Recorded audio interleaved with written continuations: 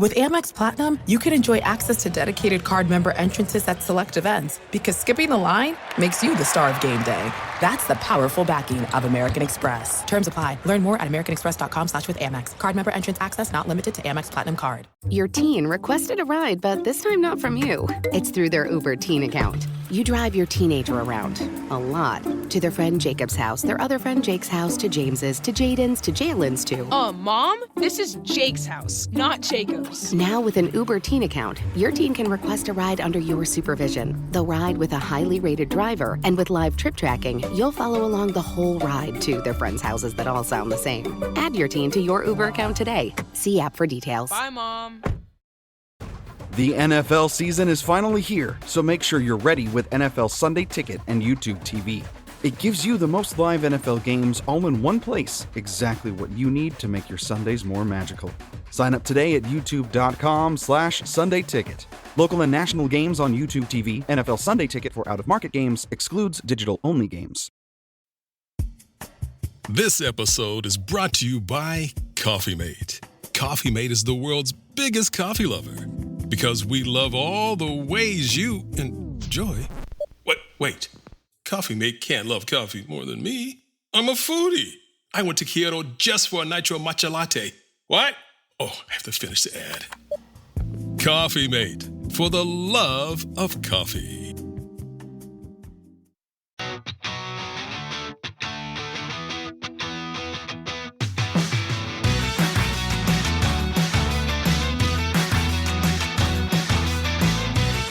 Welcome back to Rams Up, your favorite LA Rams podcast.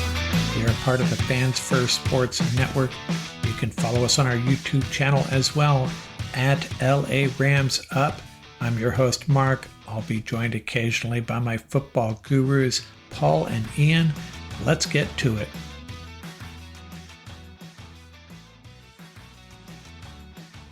Hey, welcome back, Ram fans. Well, wasn't that fun? The Rams get pretty much demolished by the Arizona Cardinals. And if you caught our quick reaction right after the game, Ian and I kind of shared our thoughts on it. And a lot of them were not very complimentary. This has to be one of the more deflating performances I have seen as a Ram fan, especially under McVay. We had a similar performance against the Cowboys last year, but that was more due to some ill-timed turnovers, sacks, that sort of thing. And then in 2022, we had a handful of games like that, I feel like. But this, did not see this coming. Man, as I said in the run-up to this game, thought it would be close, but if someone was going to win by 10 or more, it would be the Rams. They just have this team's number, but this was a different beast altogether. Cardinals really played well, showed some new weapons. Defense was all over the place, a defense that none of us thought was very good. They really put the hurt on our Los Angeles Rams. It wasn't pretty. As the coaches say, Rams may want to burn the tape. They probably won't, though. They're going to make these young players watch this tape. Maybe I will go back and delete my preview and my predictions. Not a good look. But it is just one game. Trying to see the silver lining here. The Rams are 0-2 and take on the San Francisco 49ers next week at SoFi. 49ers also coming off a loss.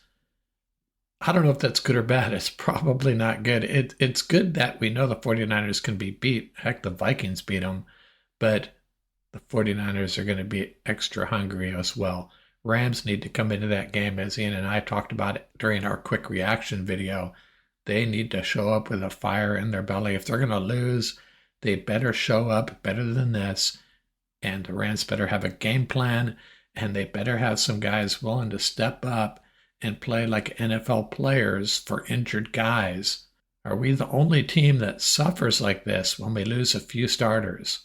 And yeah, I know it's a pain. It's really disappointing to lose this many starters, but we should be able to play better than this, keep a game close at least against a team like the Arizona Cardinals. Now, there is another consideration. Maybe the Cardinals are really good. Maybe they are. Time will tell. So let's walk through this first half. How did that go down? This is going to be a little painful. started out good. Blake Corum returns the kickoff 41 yards, sets the Rams up nicely. Kyren Williams picks up 8 yards. The Rams can't convert the first down. They come up empty on 3rd and 2. They come up empty on 4th and 2. Turn the ball over to the Cardinals. And after James Conner gashes the Rams defensive line for a couple of big runs, Marvin Harrison, his first NFL touchdown, a toe tapper of 23 yards. You know, if that had been called out, they probably would have left it as out.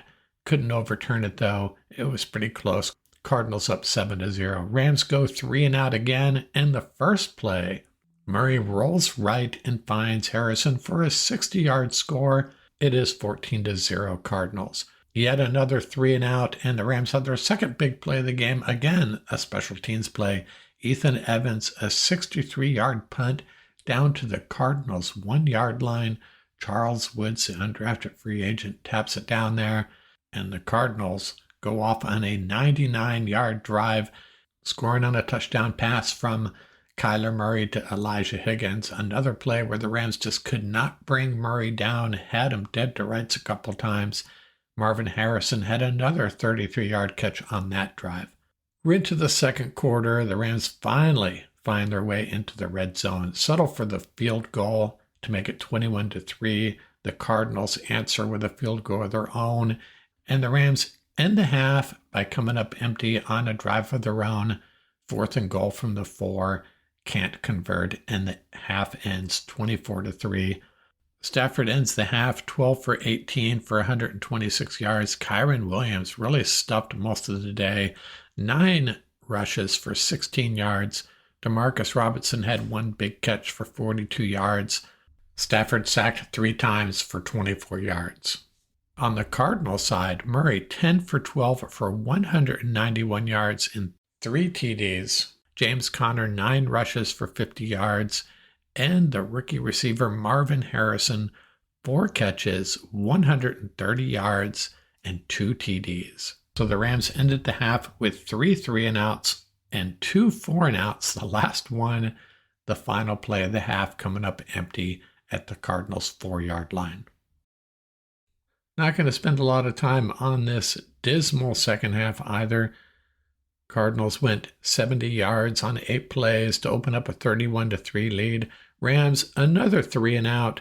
Cardinals added a field goal. Rams finally got their first touchdown of the night. 8 plays, 70 yards. Kyren Williams scoring, made it 34-10, and another touchdown for the Cardinals to make it 41-10. This was the play where Jared Verse caused the fumble. The ball bounced into the end zone, recovered by Trey McBride, and that ended the scoring for the day. 41-10 Cardinals. Do we want to talk about my fearsome 4 plays of the game? Seriously, you know, there were some big plays by the Cardinals. I told someone that texted me, kind of chiding me about the result, how the game was going, and I said, hey, you know what? You take away 10 big plays by the Cardinals, this game might be even. They had a bunch of them, most of them by Marvin Harrison, a couple big runs by James Conner, Kyler Murray extending plays. I would say there were 3 big facets to this game. Number 1 was the Rams' inability to stop the Cardinals' rushing game. Kind of overlooked, but they were gashing us. Number 2 was the ability of Kyler Murray to extend plays, and that had as much to do with Marvin Harrison's success as anything. We seem to be getting the pressure on Kyler. Our young guns just could not put him on the ground, though.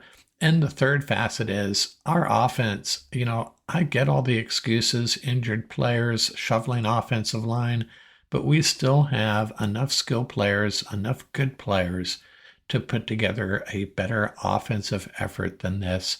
I'm sorry, was not happy with that at all. And if I was going to have any criticisms beyond that about our coaching staff, the fact that I don't think we were really ready to play. I guess that we weren't ready. Are the Cardinals that good, or are we that bad? I mean, we have dumpster fire games once in a while. Last year, we had one against the Cowboys. The 2022 season, we had a couple of them, but I don't remember a game as bad as this, so there must be a bunch of contributing factors. But my other criticism of McVay would be get Stafford out of there, get Stetson Bennett in there. Was happy to see Blake Corum finally get in. I don't know why Stafford was in there that last series. Probably tells you that maybe Stetson Bennett will be released when Jimmy G comes back. Just a guess. Stats. You want to talk stats? You sure you want to talk stats?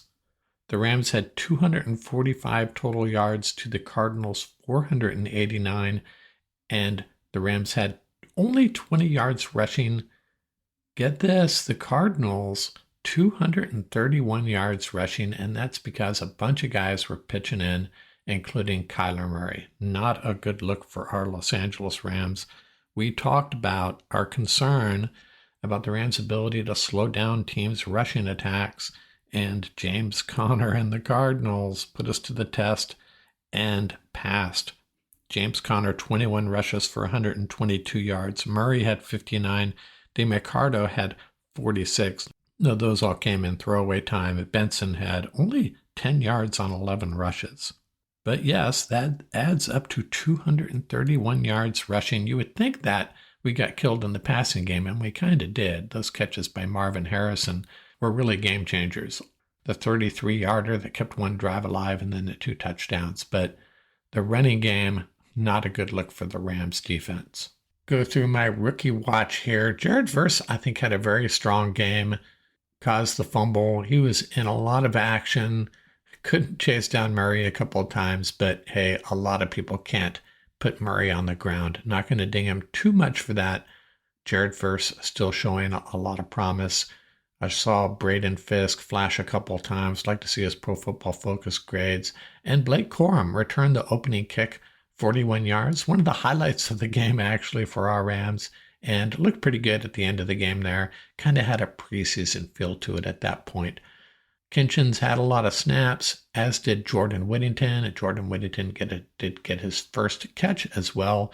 And Bo Limmer held down that center position all game again. Need to look at some film. We need to look at some scores from Pro Football Focus, see what Ian has to say about his play. And Joshua Carty remains perfect. Field goals and extra points. Only injury that I know of right now is to Cooper Kupp, an ankle issue. No word on if that's going to keep him out any amount of time. He was, however, in a walking boot as he left the locker room in Arizona. Not a good sign. Let's review my fearsome 4 keys to the game. Fearsome key number 1 was a disciplined pass rush. Didn't do it. And, you know, it's easier said than done against this guy. Kyler Murray, man, he is so elusive, but we let him escape, and it led to a couple of really big plays. The second thing we needed to do, my second key to the game, solidify that interior defensive line, failed pretty miserably. And number 3, run the rock, did not get that done either. And number 4, have a game plan to keep Stafford clean. You know, I don't know what to say about that. I don't know what our game plan was offensively or defensively. We're talking offense here. We seemed to not be stretching the field at all. We weren't throwing the ball downfield at all. Maybe they didn't feel like they could protect Stafford that well. Mostly short patterns, screen plays. We had was it a 4th and 2 screen play that we failed on? I don't know. Warren McClendon could have used some help. He got burnt a couple of times. And Kyron Williams, he failed on a couple of chips trying to help out McClendon. So there's that as well. Maybe we had the game plan and the execution wasn't there. But the first 3 we failed for sure. The 4th one, yeah, I'm not so sure what we were doing in the first place. So I'm not going to comment on the Rams game plan. Anything else I want to get off my chest? Well, the Rams still having trouble with 3rd downs, had really big trouble with 3rd downs and 4th downs against the Cardinals. Didn't seem to be very creative in my opinion. And on the one, I thought, well, it actually might have been a couple of times where I thought Matthew Stafford kind of short-armed his throws. Had a couple of incredible throws, but I don't think it was his best performance. And a lot of it may have to do with Cooper Kupp not being in there and Puka not being in there. But still, I think Stafford would tell you he was just okay. I had a really bad week with my Rams Up Straight Up game picks. I also had a pretty bad week with my predictions. Did it for the first time. I shared a bunch of predictions for this game, just kind of for the fun of it. Let's see how I did. I said that Blake Corum would get his first carry. Well, he did. I don't know why it took so long. It was basically garbage time. He had the first touch of the game for the Rams on that kick return, took it for 41 yards, and didn't see the field again until the Rams were just pretty much trying to salt away a loss, if that's what you want to call it. But he did get his first carry, so I'm taking credit for that. And my second prediction, Jordan Whittington gets his first catch. Got that right. I said the Rams would rush for over 135 yards. Nope, not even close. And I think the way the game went probably had something to do with that, but they weren't being very successful when they did try to run. I have a feeling, however this game went, McVay was going to get impatient and Stafford was going to start throwing the ball all over the field again. My fourth prediction was the Cardinals would get 1 sack at most. I was wrong on that. And I said, what was I thinking? I said the Rams would score at least 3 TDs. So on the offensive side, I got 2 out of 5. This is why you do not take betting advice from me. I've said it many times. This is just for fun. I think I'm smart, but sometimes, reality hits me in the face, and I'm just like you folks, taking my best guess at some of this stuff. On the defensive side, I thought the Rams would get to Murray 3 times. Well, they should have. They should have had 4 or 5 sacks, but they could not wrap them up. I said that James Conner and Trey Benson would combine for over 100 yards. I got that one right, unfortunately. I said the Rams would have an interception. I was wrong on that. And I said, again, what was I thinking? Maybe recency bias. I thought Greg Dortch would be their Cardinals' leading receiver.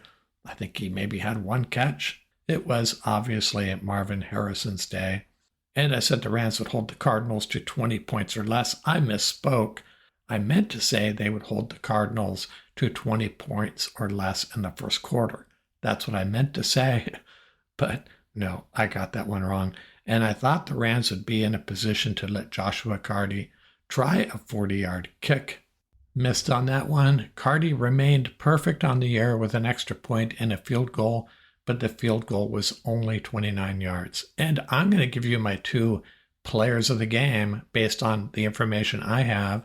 I may flex after Ian gets back to me on some player scores, Pro Football Focus grades, all that kind of stuff. But I'm going to give one to Ethan Evans for a 63-yard punt down at the 1-yard line.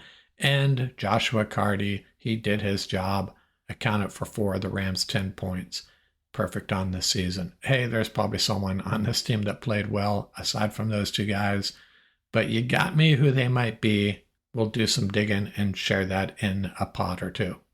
So where do we go from here? The Rams need to bounce back. I think there's going to be some heated meetings and practices over the next week as the Rams get settled in Woodland Hills and prepare for the San Francisco 49ers.